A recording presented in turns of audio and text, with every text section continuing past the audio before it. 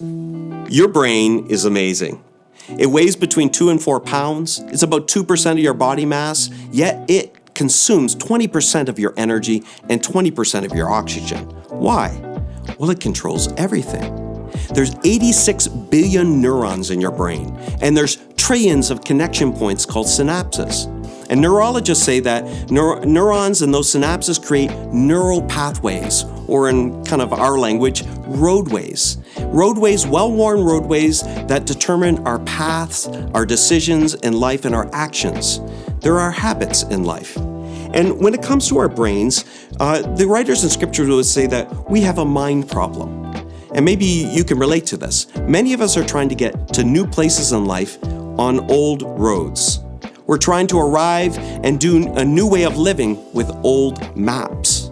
The writer in the book of Proverbs, an ancient wisdom literature book in the older part of the Bible, would say this: the way a person thinks determines who they truly are. In other words, if we're going to ever change our living, we need to change our thinking. And the battlefield for control of your life is fought right here.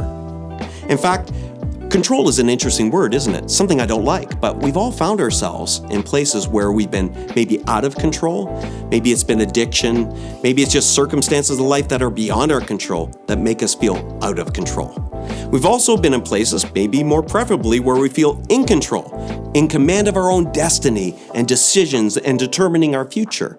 But both of these positions have their shadow sides. When we're out of control, if we spend too long in that place, eventually we'll need to do damage control.